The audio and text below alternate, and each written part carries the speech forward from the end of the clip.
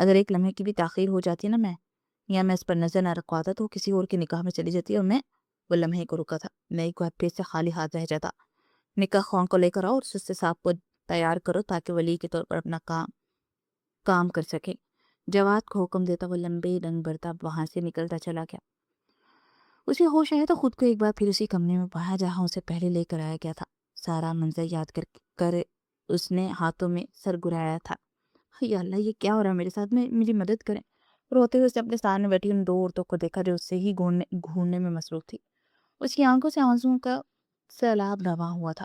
اپنا چہرہ ہاتھوں میں چھپائے وہ پھوٹ پھوٹ کر روئی تھی۔ میڈم، رونا بند کرے، سر کو پتہ چلا تو مزید غصہ ہوں گے۔ پہلے ہی ان کا دماغ گھوما ہوا ہے۔ ریشم کے کہنے پر اس کے رونے میں مزید اضافہ ہوا تھا۔ اس سر پھرے انسان سے کوئی بعید نہیں تھا کہ وہ کیا کر جائے۔ اب تو چوٹ اس کی انا پر پڑی تھی، وہ جیسے سکون سے بیٹھتا۔ نیلم کلیم کی آواز پر نیلم نے اٹھ کر دروازہ کھولا تھا۔ میڈم کو تیار کر دے، نکاح آتے ہی ہوں گے۔ کلیم کی بات نے اس کے سر پر بم پھوڑا تھا۔ دماغ خراب ہو گیا تمہارا؟ اس تھرے ہوئے باس کو بول دے جا کر اس سے کہو میں مر جاؤں گی مگر ان سے کبھی شادی نہیں کرواؤں گی۔ ایسی زبردستی وہ مجھ سے شادی نہیں کر سکتے۔ میں جان لے لوں گی اپنی بھی اور ان کی بھی۔ وہ پوری طاقت سے چلائی تھی۔ کمرے میں داخل ہوتے دلشیر نے اس کی بات اچھے سے سنی تھی۔ چہرے پر طنزیہ مسکراہٹ آئی تھی۔ اس نے سامنے دیکھ کر اس کی چلتی زبان کو بریک لگ گئے تھے۔ جاؤ تم سب لوگ، میڈم کو آج مجھے قتل کرنا ہے، میں بھی تو دیکھوں کتنی طاقت ہے میڈم میں۔ سب کو بولتے اس نے گہری نظروں سے دیکھا تھا۔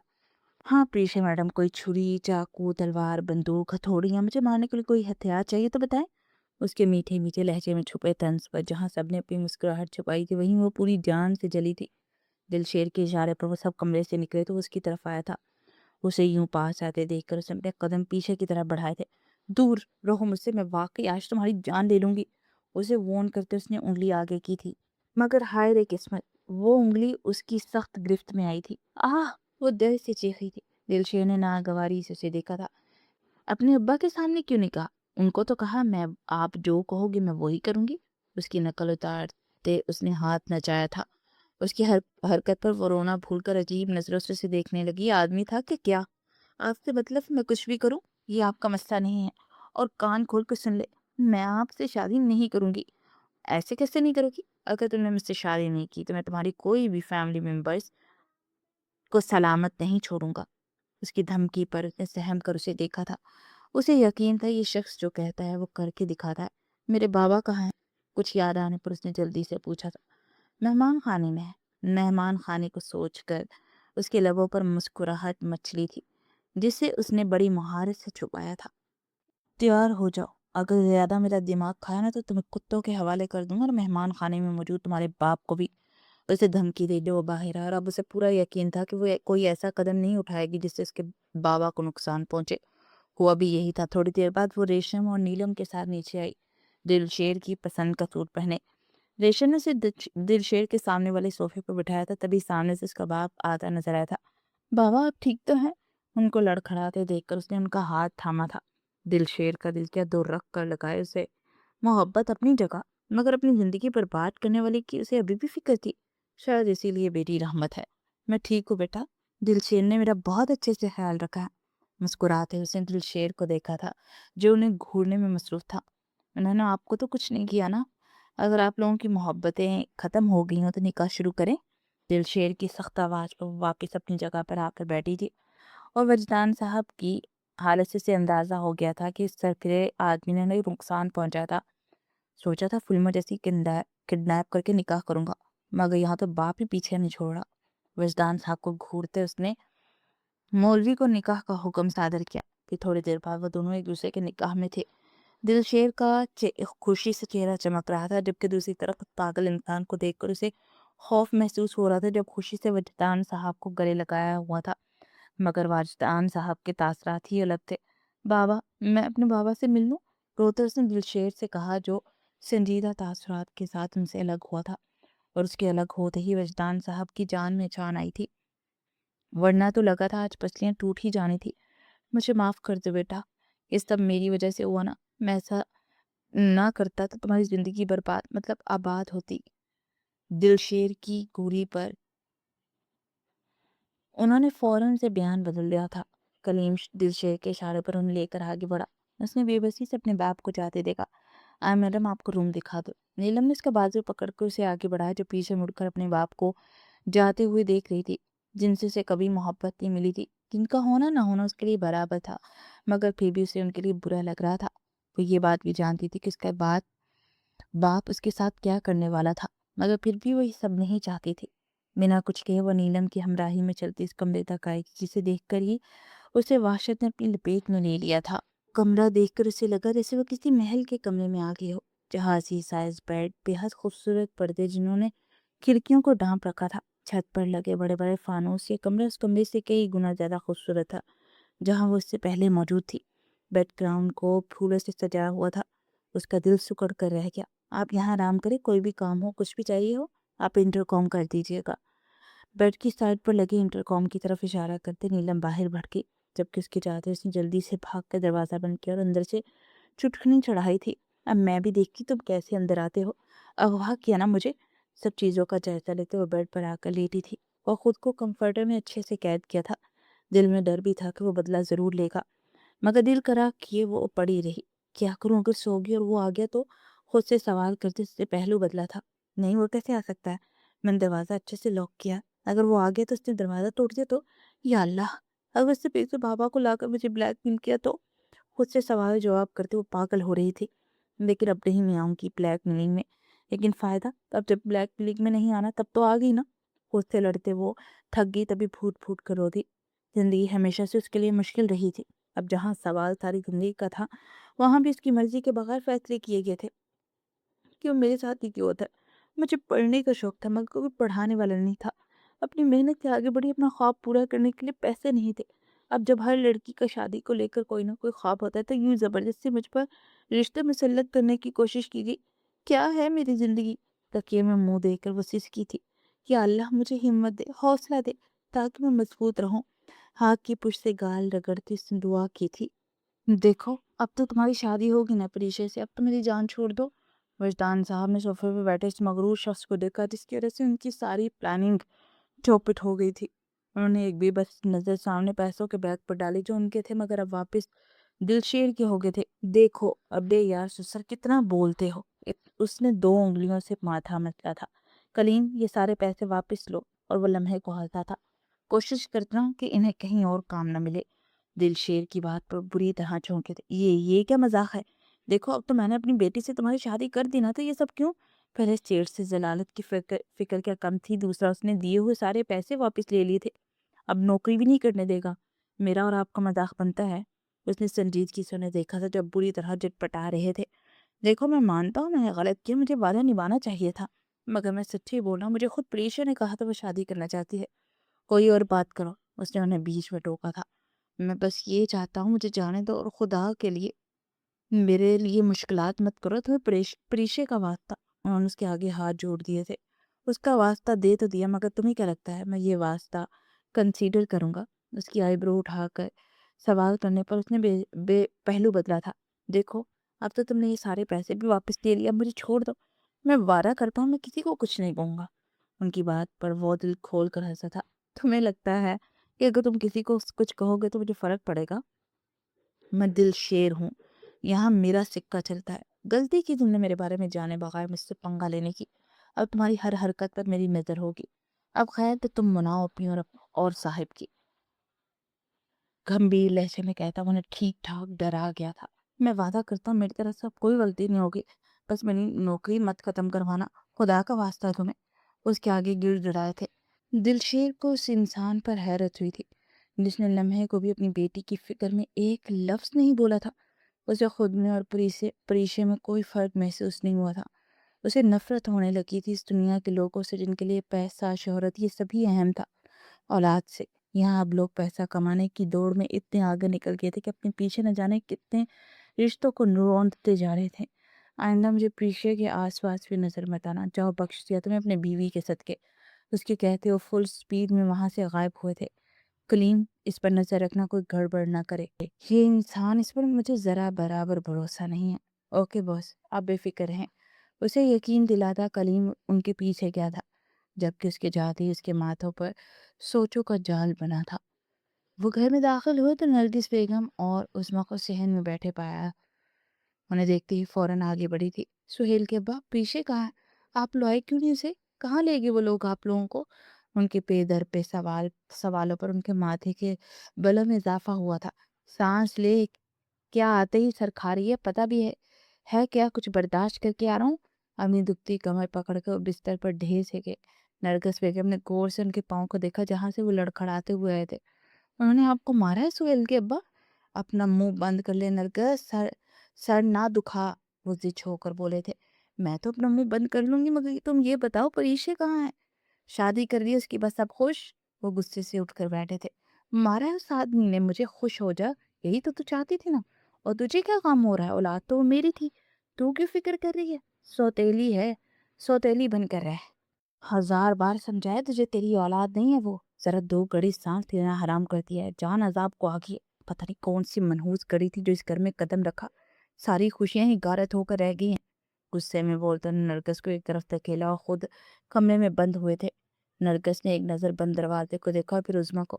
ابھی مت چھیڑو انہیں، جان کا عذاب بنا دیں گے اس گھر میں رہنا، ان کا ہاتھ پکڑ کر کہتے عظمیٰ نے وہیں پلنگ پر بٹھایا تھا۔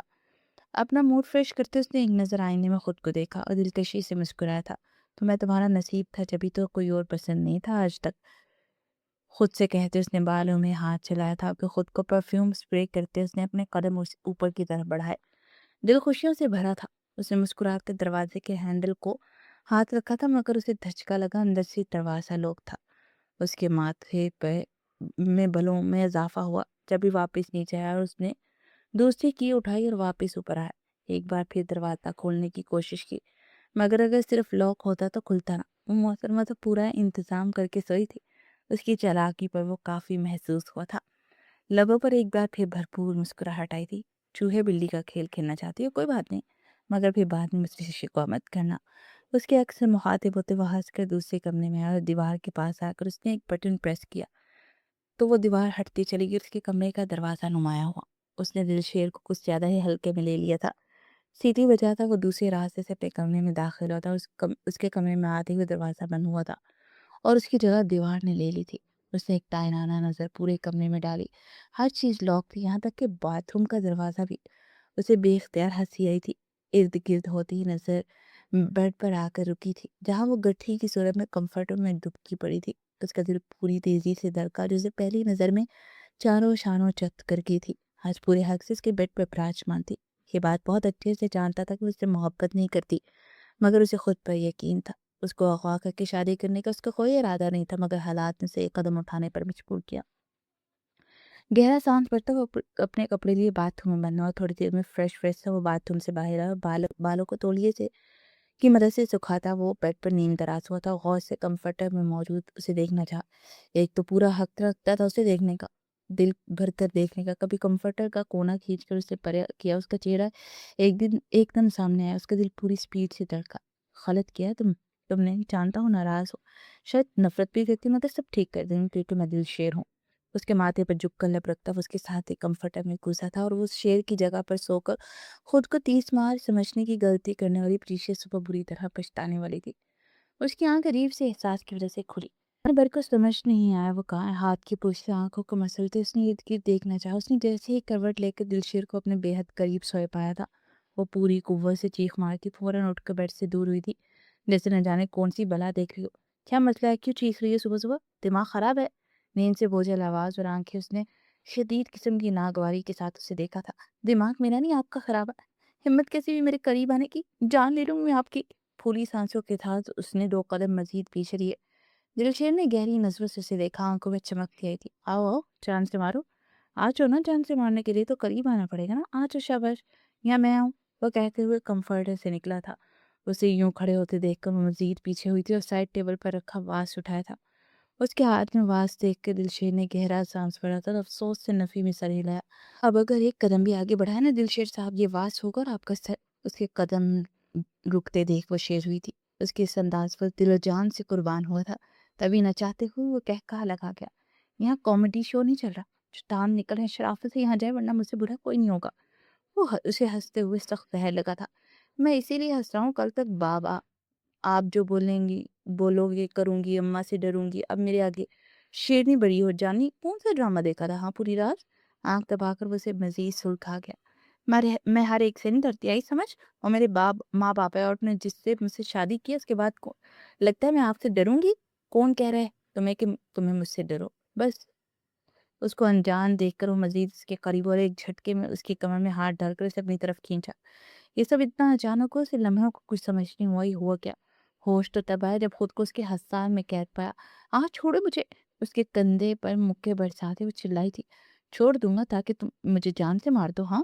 اس کو اپنے ہتھیار میں قید کرتے مسکرایا اور اسے بیڈ پر لے گیا۔ اس نے سختی سے اپنی آنکھیں نیچے دی۔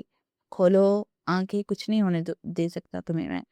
اس کے چہرے پر موجود بالوں کو پھونک سے اڑا تھا، اس کے پورے جسم میں سنسنی دوڑا گیا۔ مندی مندی آنکھیں کھول کر اس نے سامنے دیکھنا چاہا، مگر آنکھیں کھلتے ہی اسے خود پر جھکا پایا تھا۔ اس کا دل ایک دم تیزی سے ڈر کر دور ہٹے۔ اس کے سینے پر ہاتھ رکھ کر اس نے دلشیر کو خود سے دور کرنا چاہا، مگر دلشیر نے اس کی دونوں کلائیاں تھام کر اس کی جان مشکل میں ڈال دی۔ جو بولو کہ وہ کروں گا سوائے دور ہونے کے۔ اس کی آواز کی گمبھیرتا اس نے واضح محسوس کی تھی۔ دلشیر نے غور سے اس کی پلکوں کی لرزش کو دیکھا۔ آنکھوں سے ہوتی نظر اس کی گلابی پنکھیوں سے ہونٹ پر ٹکی تھی۔ بے اختیار ہو کر وہ جھکا اور ان لبوں کی نرماہٹ محسوس کی تھی۔ دوسری طرف دلشیر کی حرکت سے پریشے کی جان لبوں پر آئی تھی۔ اس نے پوری طاقت سے اسے دور کرنا چاہا، شرم جھجک و شدید بے بس ہوئی تھی۔ اس کی مزاحمت محسوس کرتی اس نے نرمی سے اس کے لبوں کو آزادی بخشی۔ وہ بہت غور سے اس کے شرم سے سرخ لال چہرے کو دیکھا۔ اس نے آہستہ سے جھک کر اس کی بند آنکھوں پر اپنے ہونٹ رکھے۔ مانتا ہوں جو کہ آج تک سب غلط کیا، تمہیں تکلیف دی، جس کے لیے میں تم سے سوری کرتا ہوں۔ تمہیں حق ہے مجھ سے ناراض ہو، غصہ کرو، چاہے یہ واقعی میرے سر پر مار دو، مگر آج کے بعد دور ہونے کی بات مت کرنا۔ اس کے کان کے پاس چہرہ لیے وہ آہستہ آواز میں سرگوشی کر رہا تھا۔ اس کے لب پریشے کے کان سے مس ہو رہے تھے۔ اس نے سختی سے اس کی شرٹ کو مٹھی میں لیا ہوا تھا۔ ابھی بہت کچھ کہنا ہے، سمجھانا، مگر فی الحال کے لیے اتنا ہی کافی ہے۔ امید ہے تم مجھے موقع دو گی خود کو ثابت کرنے کا۔ اس کی پیشانی پر لب رکھتا وہ آہستہ سے بیڈ سے اٹھا تھا اور اپنے کپڑے لیے وہ کمرے سے نکلتا چلا گیا۔ اس کے غیر موجودگی محسوس کر کے اس نے ہلکے سے آنکھیں کھولی اور خالی کمرہ دیکھ کر اس کا کب کا رکا ہوا سانس بحال ہوا۔ گہرے گہرے سانس بھرتے اس نے اپنے دل پر ہاتھ رکھا تھا۔ وہ تیار ہو کر باہر اپنے آفس آیا۔ نیلم اور ریشم گھر میں موجود تھے۔ اسے دیکھ کر کلیم نے جلدی سے اس کے لیے کافی آرڈر کی تھی۔ کچھ گڑبڑ تو نہیں کی سسر نے؟ اس کے پوچھنے پر کلیم نے جلدی سے نفی میں سر ہلایا۔ نہیں بوس، ابھی تک تو سب انڈر کنٹرول ہے، مگر حویلی کی طرف سے کوئی اچھی خبر نہیں ہے۔ کلیم کی بات پر اس کے چہرے پر ناک بارش چھائی۔ آپ کے یوں آ جانے سے وہاں سب کو بہت برا لگا ہے، اسپیشلی آپ کے آغا جان اور بابا جان کو۔ کلیم کے کہنے پر وہ طنزیہ مسکرایا تھا۔ لگتا ہے اس بار گہری چوٹ لگی ہے ان کے آنا پر۔ آپ کی والدہ بھی کئی بار کال آئی تھی، مگر میں نے ریسیو نہیں کی۔ اچھا کیا، خیر فضول باتوں کو چھوڑ کر کچھ کام کا بتاؤ۔ گاؤں میں جو کام کہا تھا اس کا کیا ہوا؟ وہاں کا کام علی دیکھ رہا ہے، کوئی گڑبڑ نہیں ہوئی ہے، باقی کام کافی تیزی سے چل رہا ہے۔ حال بتا، آپ کو آج اجلاس میں شرکت کرنی ہوگی۔ اس کے آگے فائل رکھتے وہ پیچھے ہوا تھا۔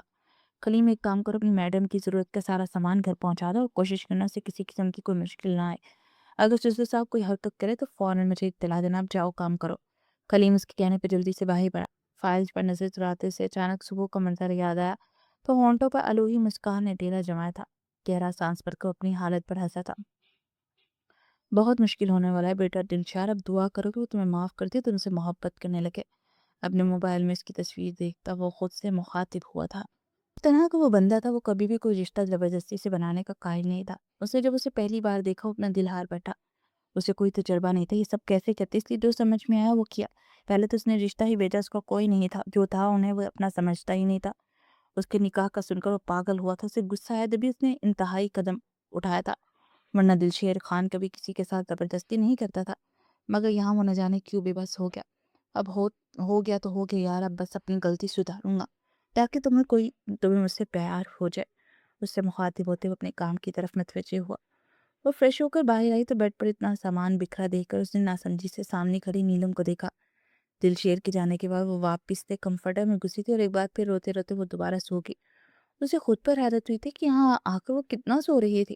اب اٹھ کر وہ فریش ہو کر باہر آئی تو اپنے کمرے اور بیڈ پر پڑے سامان اور ان کے پاس کھڑی نیلم کو دیکھ کر حیرت ہوئی تھی۔ میڈم، سر نے یہ سامان آپ کے لیے بھیجا ہے، آپ کی اجازت ہو تو میں سیٹ کر دوں؟ نیلم نے مؤدب انداز میں اس سے اجازت طلب کی تھی۔ اسے ان دونوں چڑیلوں کا پچھلا رویہ یاد آیا تو اس نے ایک خونخوار نظر ان پر ڈالی تھی۔ اب اتنا اچھا کیوں بن رہی ہو؟ ہاں، کل تک تو مجھے سوئیاں چبو چبو کر مار ڈالنے کی کوشش کر رہی تھی۔ کل کا دن یاد کر کے ایک بار پھر اس کی آنکھیں نم ہوئی تھی۔ سوری میڈم، مگر وہ ہماری مجبوری تھی، یہ ہمارا کام تھا۔ آج کے بعد سے آپ کو ہم سے کوئی شکایت نہیں ملے گی۔ اس کے سر جھکا کر کہنے پر اسے واقعتاً اس پر ترس آیا تھا۔ میڈم آپ نیچے جا کر ناشتہ کر لیں، تب تک میں یہ روم کٹ کرتی ہوں۔ نیلم کے کہنے پر وہ سر ہلاتے نیچے آئی تھی۔ اس نے ابھی تک رات والا ڈریس پہنا ہوا تھا۔ اتنی بڑی حویلی دیکھ اس کی آنکھیں پھٹی تھی۔ وہ دوسری بار اس جگہ آئی تھی، مگر پہلی بار فرصت سے آس پاس کا جائزہ لے رہی تھی۔ گڈ مارننگ میم، آ جائے، ناشتہ ریڈی ہے۔ اس کے بعد سر نے کہا ہے آپ کو حویلی دکھانے کے لیے۔ ریشم نے آگے بڑھ کر مؤدب انداز میں کہا تو سر کے نام پر اس کا حلق تک کڑوا ہو گیا۔ صبح کا منظر یاد کرتے اس کی ہتھیلیاں بھیگی تھی۔ میں تمہارے سر کے حکم کی پابند نہیں ہوں، روٹھے روٹھے انداز میں کہتے وہ ریشم کی تقلید کرتی ڈائننگ ایریا میں آئی تھی۔ سامنے اتنی بڑی ٹیبل اور اس پر سجے لوازمات دیکھ کر اس کی آنکھیں پھٹی تھی۔ اتنا کھانا تو وہ لوگ ایک وقت میں سوچ تک نہیں سکتے تھے۔ ہاف فرائی انڈا آملیٹ، بریڈ بٹر، کیک، رس، جام، جوس، حلوہ پوڑی۔ اور کون کون رہتا ہے یہاں؟ اور وہ لوگ ناشتے پر کیوں نہیں آئے؟ اپنا ناشتہ دیکھ وہ پوچھ بیٹھی تو اس کی بات پر ریشم ہولے سے مسکرائی تھی۔ میم یہاں صرف سر رہتے ہیں اور میں اور ریشم سرور کوارٹر میں۔ ریشم کی بات پر اسے حیرت ہوئی تھی۔ تو مطلب اتنے بڑے گھر میں وہ اکیلی یہاں رہتے ہیں؟ جی میڈم، جبھی تو دماغ کا پیش ڈھیلا ہے، اکیلی رہ رہ کر سنکی ہو گئے۔ ریشم کی بات پر اس نے دل میں سوچا تھا، میں اکیلا اتنا نہیں کھاتی، تو آپ نے اتنا کیوں بنایا؟ میم سر کو آپ کی پسند کا نہیں پتا تھا تو انہوں نے کہا سب کچھ بنایا جائے۔ ریشم کی اگلی بات پر اسے چپ لگی تھی۔ اسے حیرت ہوئی، وہ شخص اس کی پسند ناپسند کا اتنا خیال رکھتا ہے، شادی میں اس کی پسند تو پوچھی ہی نہیں تھی۔ آپ ناشتہ کر لے، کوئی بھی کام ہو آپ مجھے بلا لیجیے۔ اسے بول کر ریشم خود کہا میشنی۔ اس کے جانے پر اس نے ڈھل کر غصے میں بولا اور پھر خود ہی بوکھلائی تھی۔ یا اللہ، میں اتنا برا کیوں سوچ رہی ہوں؟ میں ایسی تو نہیں تھی۔ یہ دلشیر کی وجہ سے سب ہو رہا ہے۔ میں سب کو برا سوچ رہی ہوں اور ان کو برا بول بھی رہی ہوں۔ سوری اللہ۔ اس نے اپنی سوچ پر جلدی سے کانوں کو ہاتھ لگا کر توبہ کی۔ دوسری طرف اس کی حرکت پر وہ دل کھول کر ہنسا تھا۔ یہ بھی صحیح ہے، خود کچھ بھی کرو، الزام مجھ غریب پر لگا دو۔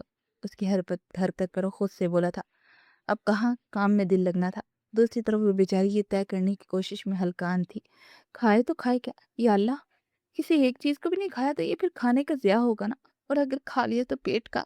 اس نے ایک بار پھر نظر ٹیبل پر ڈالی، پھر کچھ سوچ کر حلوہ پوری سے سٹارٹ کیا۔ اس کی فضول سی حرکتوں کو وہ منہ پر مٹھی جمائے دیکھنے میں مصروف تھا۔ اب تو یہ طے تھا، آج ایک بار پھر بیچاری پریشے کا ریکارڈ لگنا لازمی ہے۔ یا اللہ میری مدد کرے، اب تو مجھ سے ایک قدم بھی نہیں چلا جا رہا۔ پیٹ پکڑے وہ وہیں سیڑھیوں پہ بیٹھی تھی۔ تھوڑا تھوڑا سب کھانے کے چکر میں اس کے پیٹ کا دیوالیہ ہو گیا تھا۔ میڈم آپ دوپہر کے کھانے میں کیا کھائیں گی بتا دے؟ ریشم اس کے پاس آئی تھی، اسے کھانے کا سوچ کر ہی کچھ ہوا تھا۔ نہیں مجھے بھوک نہیں، تم لوگ بناؤ جو دل کرے۔ اس کے جلدی جلدی بولنے پر ریشم نے حیرت سے اپنی میڈم کو دیکھا تھا۔ ہر بار ان کے تاثرات دیکھنے لائق ہوتے تھے۔ Okay ma'am. ریشم کے جانے کے بعد اس نے ایک بار پھر اپنا پیٹ پکڑا تھا۔ کیا ضرورت تھی اتنا کھانے کے؟ بیٹھی رہو۔ درد میں یہ سب اس چھچورے انسان نے جان کر کیا ہے، پتہ نہیں کس چیز کا بدلہ لے رہے ہیں مجھ سے۔ شادی کرنے کی وجہ تک نہیں بتائی، ضرور مجھے بیچ کر اپنا کاروبار چمکانا چاہتے ہیں۔ اسے اپنی سوچ پر جھرجھری سی آئی تھی۔ اللہ، اب کیا کروں؟ اب تو پانی بھی نہیں جا سکتا پیٹ میں۔ پیٹ درد اب ناقابل برداشت ہو رہا تھا۔ تبھی اس نے ریلنگ سے سر ٹکایا تھا۔ میم؟ نیلم کی آواز پر اس نے بند آنکھوں سے جواب دیا، یہ کولڈ ڈرنک پی لیں اور تھوڑی سی سونف بھی کھا لیں، اس سے آپ کے پیٹ کے درد میں آرام آئے گا۔ اس کی اگلی بات اس نے پٹ سے آنکھیں کھولی تھی، اور سر نے کہا ہے آپ کوئی گیسٹرک سیرپ پی لیں، واک بھی کر لیں، جس سے آپ آرام محسوس کریں گی۔ ہیں؟ سر نے کہا مطلب انہیں کس نے بتایا؟ اسے ٹھیک ٹھاک شرمندگی ہوئی تھی۔ میم یہ تو ہمیں نہیں پتا۔ اس نے صاف جھوٹ بولا تھا۔ اچھا ٹھیک ہے۔ سب چیزیں چھوڑ کر ان سے سیرپ پیا تھا، پھر تھوڑی سی سونف منہ میں ڈالی تھی۔ یہاں میں کام نہیں کر رہی نا، جب اتنا درد ہو رہا ہے۔ خود سے ہی الٹا سیدھا بولتے وہ اٹھ کر واپس کمرے میں آئی تھی۔ اتنا بڑا گھر پورا خالی تھا، اسے ہمیشہ سے چھوٹے گھر پسند تھے، چھوٹے اور بے حد خوبصورت۔ اب یہ گھر اتنا بڑا اور محل جیسا، مگر رہنے والے 4 لوگ۔ ریشم اور نیلم دونوں ہی کام کے بعد سرونٹ کوارٹر میں چلے گئی تھی، اور اس کا ارادہ کچھ کام کرنے کا تھا۔ ان کے منع کرنے پر وہ چپ رہ گئی۔ ادھر ادھر دیکھتے غیر ارادی طور پر اس کی نظر بیڈ کے اوپر لگی اس کی تصویر پر پڑی۔ کالے کلف لگے کاٹن کے سوٹ میں، کندھوں پر وائٹ شال ڈالے، لائٹ گرین آنکھوں میں ذہانت کی چمک تھی۔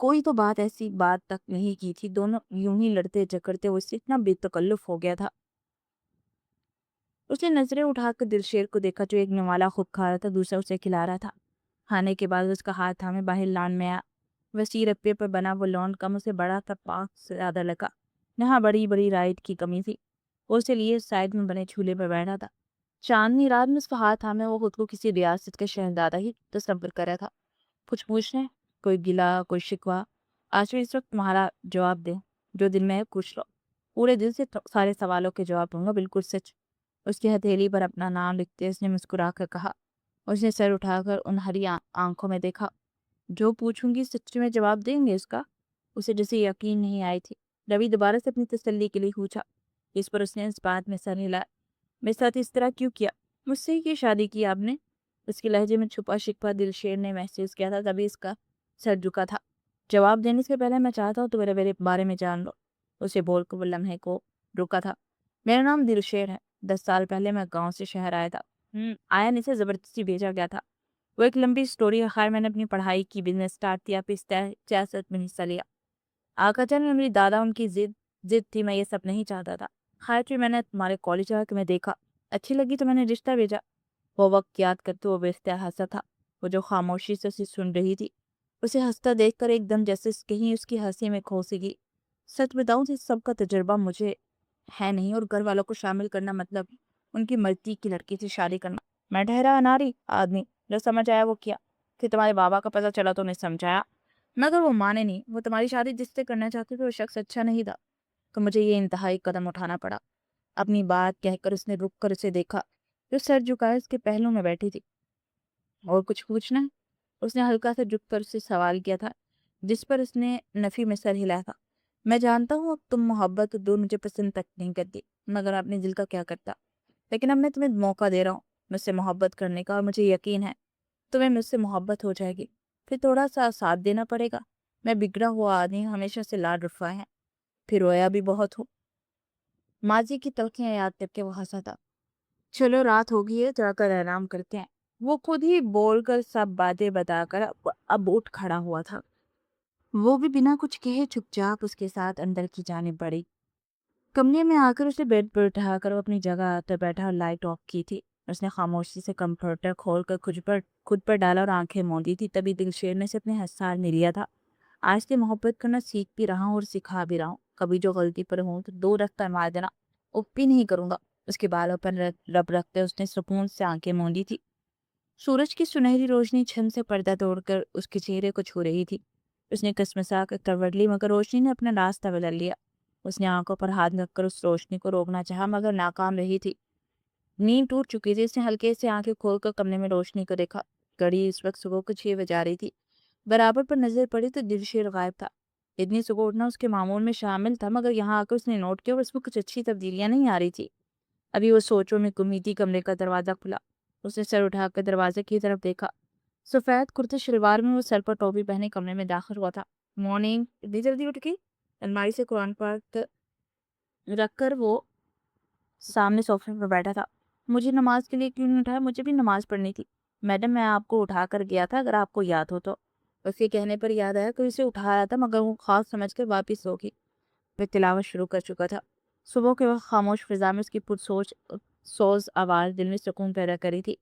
پریشا نے سر پر دوپٹہ ڈال کر آنکھیں موندی تھی۔ کتنا سکون تھا اس آواز میں، دل سے سارے غم درد چھٹے محسوس ہوئے۔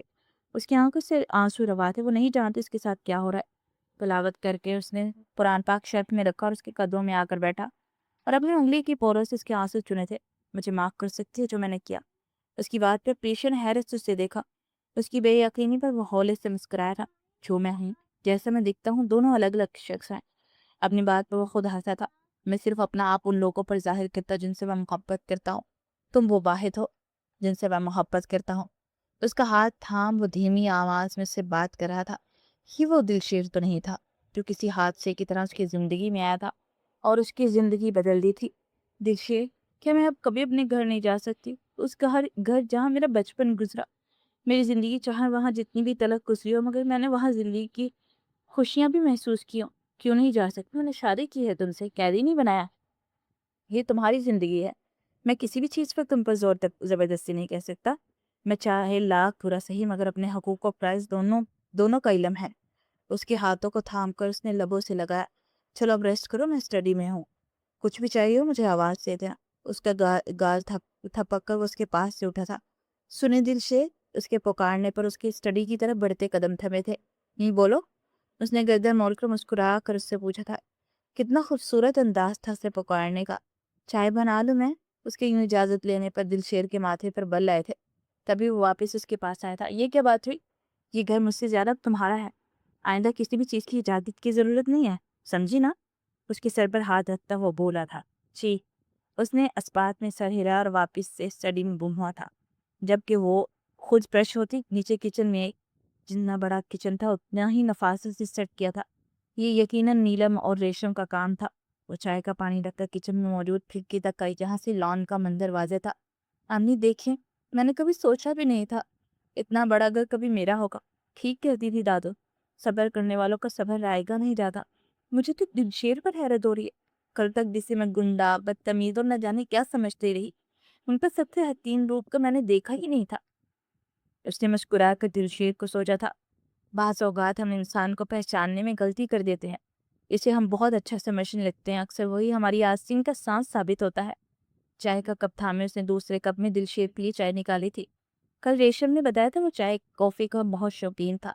دونوں کپ ٹرے میں رکھے وہ اوپر آئی تھی اور آہستہ سے اسٹڈی کے دروازہ کھولا تھا۔ اندر وہ چیئر پر بیٹھا لیپ ٹاپ پر کچھ کام کرنے میں مصروف تھا۔ آہٹ پر چونک کر اس نے مڑ کر دیکھا، اسے سامنے دیکھ کر اسے خوشگوار حیرت ہوئی تھی۔ ریشے کم اس کے یوں مسکرا کر بلانے پر وہ دھیمے قدموں سے اس کے پاس آئی اور ٹرے ٹیبل پر رکھی تھی۔ میں اپنے لیے بنا رہی تھی تو سوچا آپ کے لیے بھی بنا دوں۔ اسے دونوں کپوں کی طرف دیکھتا پا کر اس نے جلدی سے صفائی دی۔ اس کے انداز پر دلشیر اس کا ہاتھ تھام کر اس سے اپنی طرف کھینچا تھا۔ دلشیر، اس اچانک حملے پر اس کا دل خوف تک تلتا تھا۔ ادھر بیٹھو، اسے اپنی گود میں بٹھاتے اس نے دونوں اطراف سے ہاتھ اس کے گرد رکھے تھے کہ اس کے واپسی کا راستہ بند ہو گیا۔ یہ کیا کر رہے ہیں آپ؟ راستہ تو مجھے باہر جانا ہے۔ وہ منمنائی تھی۔ ارے یار، آج تک جتنے ڈرامے اور ناول پڑھے ہیں نا، انہیں وصول تو کرنے دو۔ اس کے گال کو نرمی سے چھوتا وہ آنکھ دبا کر بولا تھا۔ مجھے چائے پینی ہے، ٹھنڈی ہو جائے گی۔ اس کا ہتھسار توڑنے کی ناکام کوشش کرتی وہ آخر میں تھک کر بولی، تو پیو نا یہ لو۔ کب اس کی طرح بڑھاتے ہوئے مسکرایا تھا۔ مرتے کیا نہ کرتے کہ مصداق اس نے وہ کپ تھام کر لبوں سے لگایا تھا، مگر تیسرے تھک پر ہی وہ کپ دلشیر کے ہاتھوں میں تھا۔ یہ میرا کپ ہے، آپ اپنا لینا۔ اسے اپنے کپ سے پیتے دیکھ کر اس نے غصے سے کہا تھا۔ میاں بیوی میں تیرا میرا کیا جانی؟ آنکھ دبا کر کہتا اسے بستہ دلا گیا۔ اس نے اس وقت کو کوسا جب ہمدردی میں یہاں آئی تھی۔ یہ جانی کیا ہوتا ہے؟ ہاں، کوئی تمیز ہی نہیں آپ کو، لڑکی سے کیسے بات کرتے ہیں؟ منہ پھلا کر کہتے اس نے رخ موڑا تھا۔ اول تو میں لڑکیوں سے بات ہی نہیں کرتا یار۔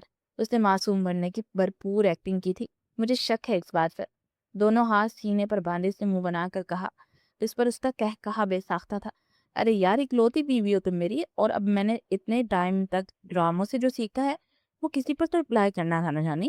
چٹکی بجا کر اس نے اپنی انگلی کا رخ اس کی طرف کیا۔ اچانک وہ انگلی پریشے کی گرفت میں آئی تھی۔ پریشے، چھوڑو یار، درد ہوتا ہے۔ ہاں ہاں ہاں، مرد کو درد نہیں ہوتا جانی۔ اسی کے انداز سے چٹکی بجاتے وہ کھلکھلا کر ہنسی تھی۔ اس کی کمزور پڑتی گرفت سے مکمل آزاد ہوتی ہے، اپنا کپ اٹھا کر کمرے سے باہر بھاگی تھی۔ ظالم عورت، اپنی انگلی سے ہلاتے اس نے دہائی دی تھی۔ بوس، گاؤں والی زمین تو کچھ مسئلہ ہو گیا، آپ کو وہاں جانا ہوگا۔ وہ فریش ہو کر نیچے آیا تو کلیم کو اپنا منتظر پایا تھا۔ کیوں خیریت؟ ایسے کیسے اچانک مسئلہ ہو گیا؟ اس نے کوٹ پہنتے اس سے پوچھا تھا۔ سامنے ہی ڈائننگ ٹیبل پر پریشے بیٹھی، تبھی اس نے اپنی آواز آہستہ رکھی تھی۔ باس، بڑے خان نے وہاں کا کام کروا دیا ہے، ان کا کہنا ہے یہ زمین ان کی ہے، سرکاری طور پر وہاں کوئی کام نہیں کر سکتے۔ کلیم کی بار پر اس کے ماتھے پر بل آئے تھے۔ مقصد کیا ہے ان کا یہ سب کرنے کا؟ ڈیمانڈ کیا ہے؟ آپ سے ملنا چاہتے ہیں وہ۔ کلیم کے بولنے پر اس کے ماتھے پر بل پڑے تھے۔ ان کے تماشے ساری زندگی ختم نہیں ہونے والے۔ تم آج کی میٹنگ فائنل کرو، پھر شام میں نکلتے ہیں گاؤں کے لیے۔ اسے بولتا وہ چیئر پر آ کر بیٹھا تھا۔ آج تو اتنا کم ناشتہ ہے، آج بالکل بھی پیٹ میں درد نہیں ہوگا نا؟ اس کے شرارت سے کہنے پر پریشا نے گھور کر اسے دیکھا تھا۔ چھپ کر کے ناشتہ کرے، زیادہ بولنے کی ضرورت نہیں ہے، غصے سے اسے کہتے اس نے دل شیر کی گلاس میں جوس ڈال کر اس کی طرف بڑھایا تھا۔ ارے جانے، اتنا غصہ کیوں کرتی ہو یار؟ میں کوئی جانے وانی نہیں ہوں، آئی سمجھ مسٹر دل شیر۔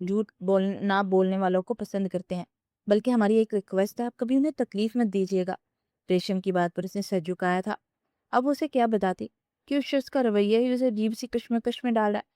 بھلا کوئی اتنا اچھا کیسے ہو سکتا ہے؟ وہ ان دونوں کے ساتھ شاپنگ مال آئی تھی، اور یہاں قدم قدم پر جس قدر اہمیت اسے مل رہی تھی، اسے اچھے سے اندازہ ہو گیا تھا دلشیر کی اہمیت کا اور اس کے رتبے کا۔ نیلم اور ریشم دونوں نے اس کی بے انتہا مدد کی۔ وہ زبردستی ان کو لے کر چاٹ کارنر پر گئی اور نہ صرف خود دہی بڑے گول گپے کھائے بلکہ ان دونوں کو بھی کھلائے تھے۔ اف، کتنا مزہ آیا آج! سچ میں ایسا تو بس خوابوں میں ہی سوچا تھا میں نے۔ اس نے سوچ کر اپنے لیے آئس کریم لی تھی۔ آج میں آپ کو پہلی بار اتنا خوش دیکھ رہی ہوں میں۔ تو اس کی خوشی سے چہکتے چہرے کو دیکھ کر نیلم نے مسکرا کر کہا تھا، میں واقعی آج بہت خوش ہوں۔ شاید میں زندگی میں اتنا پہلی بار خوش ہوئی ہیں۔ تو پھر آپ دلشیر صاحب کو تھینکس بولیں، کیونکہ کہیں نہ کہیں وہ آپ کی خوشی کی وجہ ہے۔ ریشم کی بات پر اس نے مسکرا کر سر ہلایا۔ واقعی آج اس کی وجہ سے تو وہ اتنا خوش تھی، ورنہ گھر اور کالج کے علاوہ اس کی کوئی زندگی تھی ہی نہیں۔ تبھی کچھ سوچ کر وہ واپس نیچے آئی۔ نیلم اور ریشم کو اس نے وہی رہنے کو بولا تھا۔ اپنا کام کر کے وہ واپس اپنی جگہ آئی تھی۔ کافی دیر ہو گئی اور ہمیں گھر چلنا چاہیے۔ اس کے بولنے پر وہ لوگ گھر واپس آئے تھے۔ راستوں کو دیکھ وہ سوچ رہی تھی یہ کون سا شہر ہے؟ اس نے تو اس شہر کا یہ حصہ دیکھا ہی نہیں تھا کبھی۔ گھر آ کر بھی وہ آج کے خوشگوار دن کو یاد کرتی رہی، اور اب اس شخص کی یاد جو نہ ہوتے ہوئے بھی ہر جگہ موجود تھا۔ اپنی بکس، یونیفارم، ہر چیز دیکھ دیکھ کر اسے اپنا ادھورا خواب پورا ہونے کا یقین ہو چلا تھا۔ وہ سارے کام نپٹا کر جلدی ہی گاؤں کے لیے نکل گیا تھا، تاکہ رات میں جلد وہاں سے واپس آ جائے۔ اگر زمین کا مسئلہ نہ ہوتا تو وہ کبھی ان لوگوں کو اپنی شکل نہ دکھاتا۔ وہ سیدھا ڈیرے پر آیا جہاں سامنے آغا جان اور وحید خان بیٹھے تھے۔ اسے دیکھ ان دونوں کے چہروں پر مسکراہٹ آئی تھی۔ چلو کسی بہانے ہی تمہاری شکل دیکھنا تو نصیب ہوئی۔ آغا جان اس کے پاس آنے پر خوشی سے بولے، اسے گلے لگانا چاہا، مگر وہ 2 قدم پیچھے ہو گیا۔ آغا جان کے چہرے پر آئی چمک مانند پر کی، میرے کام میں رکاوٹیں کر کے اگر آپ سمجھتے ہیں کہ اس طرح میرا دل آپ لوگوں کی طرف صاف ہو جائے گا تو یہ آپ لوگوں کی سب سے بڑی بھول ہے۔ اس کے اسپاٹ لہجے پر وہ خاموشی سے اپنی جگہ پر بیٹھے تھے۔ اگر اسی طرح کر کر کے آپ کو لگتا ہے میں اپنے قدم پیچھے لے لوں گا تو آپ کی غلط فہمی ہے۔ اس کام میں آپ لوگوں نے مجھے زبردستی شامل کیا تھا، مگر اب ان گاؤں والے کے لیے کچھ کرنا میرا جنون بن گیا ہے۔ آپ چاہے کچھ بھی کر لیں، میں اپنے قدم پیچھے نہیں ہٹاؤں گا۔ دل شیر بیٹا، تم سے کس نے کہا اپنے قدم پیچھے لو؟ آقا جان تمہیں دیکھنا چاہتے تھے، ملنا چاہتے تھے، جبھی انہوں نے تمہیں بلایا ہے۔ اور رہی یہ زمین تو یہ دادا جی کی ہے، اور آغا جان کو پورا حق ہے وہ اس کام کو روک سکتے ہیں۔ وحید غلط بات مت کرو، ان کے انداز پر آغا جانے نے ٹوکا تھا۔ بولنے دے آج انہیں ثابت کرنے دے اپنی اولاد کے خوابوں سے زیادہ یہ پیسہ، یہ جائیداد، یہ زمینیں انہیں عزیز ہے۔ اس کے کاردار لہجے پر وحید صاحب نے پہلو بدلا تھا۔ دلشیر بیٹھ جو بیٹے، یہ سب تمہارا ہے، یہ زمین جائیداد سے تم تک تو آنا ہے۔ آغا جان کے بولنے پر وہ تنزیہ ہنسا تھا، میرا ہے؟ واقعی مجھے دکھ رہا ہے یہ سب میرا ہے۔ میں اپنے اس سامان پہ کسی کی مدد نہیں کر سکتا۔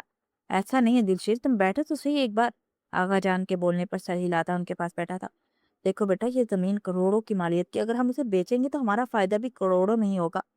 ان کی بات پر اس نے سر ہلایا تھا۔ تو آپ چاہتے ہیں میں یہاں کام روک کر یہ زمین آپ لوگوں کے حوالے کر دوں تاکہ اسے بیچ کر آپ فائدہ حاصل کر سکے؟ ٹھیک کہہ رہا ہوں نا میں آغا جان؟ اس میں صرف ہمارا ہی فائدہ نہیں ہے دلشیر، اس میں ہم سب کا فائدہ ہے۔ ان پیسوں سے تمہاری پارٹی کی فنڈنگ ہوگی، اور جتنے بھی مسئلے مسائل ہیں وہ آسانی سے حل ہو جائیں گے۔ اور میرا یہاں کا کام، اس کا کیا ہوگا؟ تم یہاں ایک فری اسکول بنا رہے ہو، یہ ادارہ تمہیں کچھ نہیں دے گا بلکہ الٹا تمہارے اخراجات بنیں گے۔ کیسے پورا کرو گے؟ یا اپنا سارا کاروبار اس خیراتی ادارے پر ضائع کر دو گے؟ وہی صاحب کی بات پر اس نے افسوس سے سر ہلا تھا۔ آپ کو پتہ ہے کیا چیز مجھے آپ لوگوں سے دور رکھتی ہے؟ آپ لوگوں کا لالچ، پیسوں کا حرص۔ اتنا کچھ ہونے کے بعد بھی آپ لوگوں کا بس یہ چاہتے ہیں جہاں سے مل جائے سمیٹ دیا جائے، چاہے وہ کسی کا حق ہی کیوں نہ ہو۔ پہلے بھی آپ لوگوں نے یہی کیا، اب بھی یہی کر رہے ہیں، اور مجھے یقین ہے آنے والے سالوں میں بھی آپ لوگ یہی کریں گے۔ دلشیر، آخر کب تک تم یوں ہی ہم سے بدگمان رہو گے؟ اس کے انداز پر آغا جان نے سے کہا تھا، جب تک آپ لوگ یوں ہی پیسے کے پیچھے بھاگتے رہیں گے، اور وہ لوگ جن کی وجہ سے آپ اس مقام پر بیٹھے ہیں انہیں پیر کی جوتی سمجھتے رہیں گے۔ ایسا کچھ نہیں ہے دلشیر۔ وہ دونوں اپنی طرف سے اس بات کو سنبھالنے کی کوشش میں تھے، مگر وہ دلشیر تھا جو اپنی باپ دادا کی رگ رگ سے واقف تھا۔ اگر ایسا نہیں ہے تو میں یہ زمین کسی کو نہیں دوں گا، یہ زمین میری ہے،